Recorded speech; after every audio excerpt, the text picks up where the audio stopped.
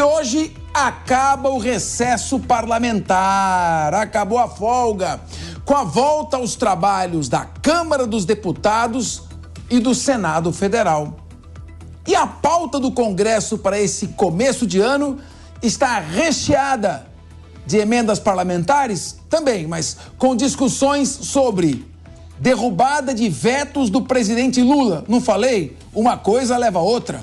Fim da reeleição, regulação das redes, reforma tributária, reforma eleitoral e já passou da hora, fim do foro privilegiado. Também discutem o final da famosa saidinha dos presos, que é a saída temporária prevista na Lei de Execução Penal, aborto e muito mais.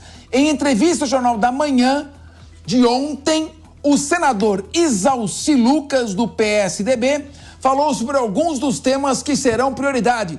Vamos conferir o que vem por aí. Há um certo consenso já com relação ao fim da reeleição.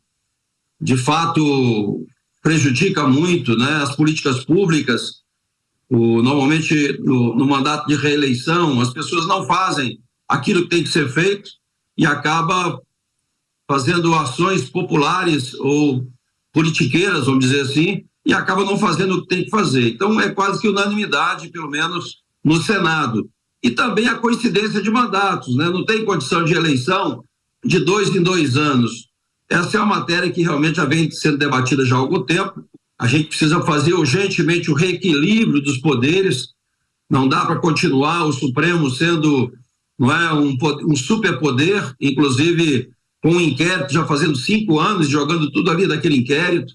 Então a gente deve votar também a questão do mandato do Supremo Tribunal, né? Vamos insistir lá na Câmara para votar a questão das decisões monocráticas.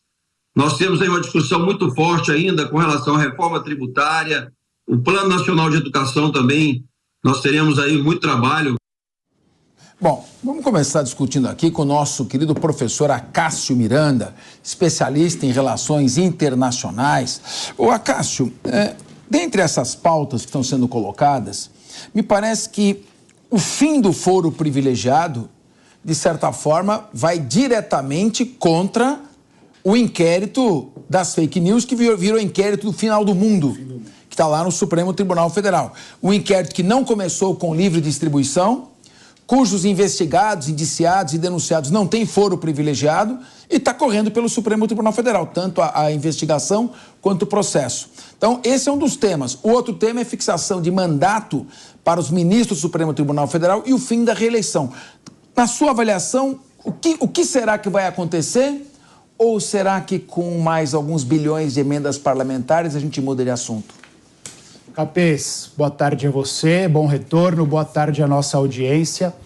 Você tem razão quando diz que o ritmo do Congresso Nacional, as decisões do Congresso Nacional estão muito sujeitas à questão da distribuição das emendas. É importante nós frisarmos, inegavelmente, há um conflito entre poder legislativo e poder judiciário. E, neste momento, o poder legislativo está perdendo essa disputa. Então, é natural que sejam criados mecanismos de reequiparação destes poderes. Em segundo lugar, especialmente quando nós falamos sobre a equiparação dos mandatos, esse ponto está inserido, o fim da reeleição e a equiparação dos mandatos, portanto, nós teremos uma única eleição a cada 4 anos ou a cada 5 anos. Esse ponto está inserido em algo muito maior, que é a reforma eleitoral. Mas eu confesso a você que, olhando para essa pauta carregada, eu não acho que o nosso Congresso Nacional, num ano de eleições municipais, onde os senadores e deputados têm bastante preocupação com a sua base, eu não acho que o nosso Congresso será capaz de votar todos esses temas. Se ele não foi reformista até agora, não é agora, aos 45 do segundo tempo, que ele será.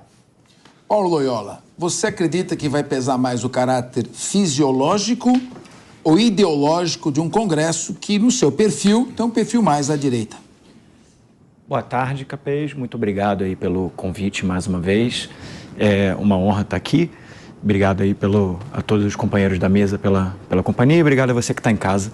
Bem, eu acho que vai ser um pouco equilibrado nesse sentido. Obviamente, nós temos uma eleição municipal, lembrando aí que a gente tem agora em outubro eleições que vão eleger prefeitos e vereadores. Com isso, vai se buscar dentro do Congresso, obviamente, apoio para que os congressistas ou suas bases de apoio sejam eleitas no nível municipal. Isso deve levar, sim, para um certo pragmatismo. Ao mesmo tempo, obviamente, nós temos aí uma série de congressistas que hoje vivem basicamente de fazer vídeo para o TikTok. Nesses casos, a gente vai ter aí o prosseguimento desse processo de leis que não fazem muito sentido, pautas mais ideológicas com pouca probabilidade de passar no Congresso. Então, a gente deve ver o equilíbrio desses pontos, mas me parece que a linha que, como o próprio Acácio já falou, que não foi nem um pouco grandes reformistas até agora, não vejo razão para mudar muito esse ponto daqui para frente, com a exceção, obviamente, dessas candidaturas aí que buscam mais fazer barulho do que propriamente legislar. Professor Ricardo Rous, para que o Congresso Nacional consiga aprovar alguma coisa mais polêmica, que tenha algum significado, vai precisar haver uma união também com deputados da base do governo. Temas como o fim do foro privilegiado pode levar à união de todas as bancadas. Porém, o governo pode entrar, pressionado que será pelo Poder Judiciário. Como você vê? Você acha que é só fogos de artifício que estão sendo lançados aí antes do Carnaval? Vai entrar uma pauta carregada, vamos discutir vários assuntos e no final o único assunto que se discute é se vem mais de 60 bilhões de reais de emenda parlamentar por ralo ou não. Então, o que você acha, na sua avaliação, desse Congresso? O que pode se esperar de um Congresso Nacional em que o deputado chama o outro de chupetinha no meio de uma comissão de Constituição e Justiça? Boa tarde, meu amigo Capês. Seja bem-vindo de volta depois dessa viagem importante que você fez a Israel, muito esclarecedora para todos nós, para nós aqui, para a nossa audiência. Boa tarde, meus colegas de bancada e boa tarde a toda a audiência da Jovem Pan.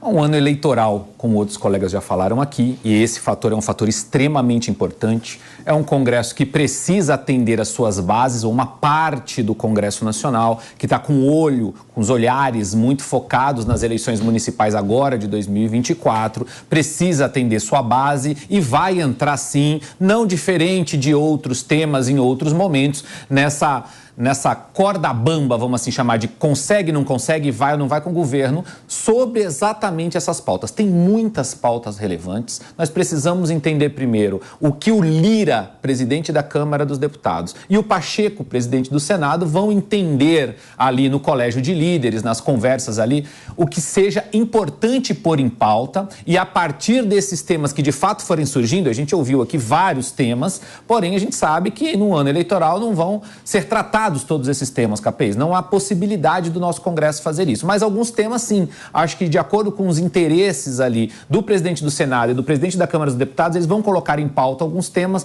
e esses temas a gente vai discutir a fundo. Acho que a questão, por exemplo, da volta do 2630, da questão da regulação deve entrar. A gente já viu o Pacheco falando um pouco sobre isso. A suspensão das decisões monocráticas do STF pode ser um outro tema. Alguns desses temas vão entrar em pauta e nós vamos discutir sobre eles aqui, ponto a ponto. Agora, meu querido João Bellucci, em primeiro lugar, tudo bem com a sua prima? Mônica Bellucci? Ela tá Você transmitiu os meus recados a ela, não? Estou citando ela judicialmente. Por favor, carta rogatória se necessário. Meu querido João Bellucci, alguns temas aqui demandam quórum especial de reforma constitucional. Evidentemente, nosso telespectador sabe, vai precisar de 3/5 da Câmara, depois, num segundo turno de votação, novamente 3/5, depois para o Senado Federal, 3/5 do Senado e novamente 3/5. A emenda constitucional não precisa de sanção ou veto. Você acha que no ano eleitoral, com os parlamentares indo às suas bases, todos esses temas, aqui com todo respeito, meu querido amigo, desfruto da sua amizade, Alci Lucas, disse, você acha que temos esperança de um ano produtivo ou continuaremos com a mesma e habitual modorra do Parlamento Nacional.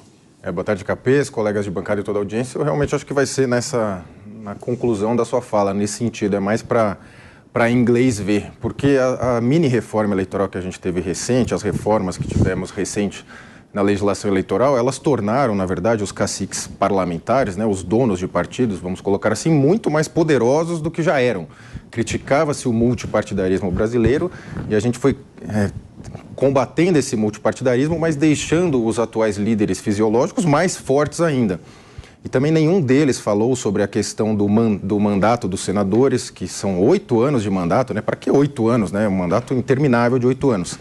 Também não se falou temas mais importantes como a separação das eleições do Executivo e Legislativo, que acho que seria fundamental. Nos Estados Unidos você tem essa separação no âmbito nacional, elege-se o chefe do Executivo e você tem 2 eleições, né? O presidente ele tem que lidar com 2 congressos, você deixa os parlamentares numa espécie de campanha eterna, o que é muito bom para a cobrança e para o próprio parlamentar.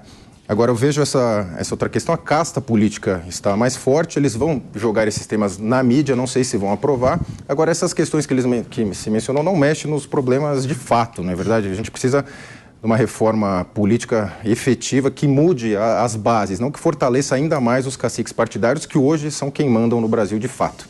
Meu querido João Belutti, você mencionou uma expressão para inglês ver.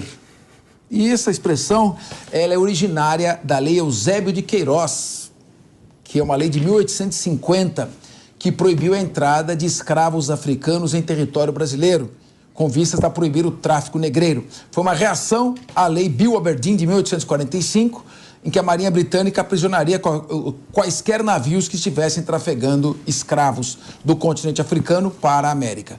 E essa lei foi uma lei feita para não funcionar. Daí a expressão para inglês ver.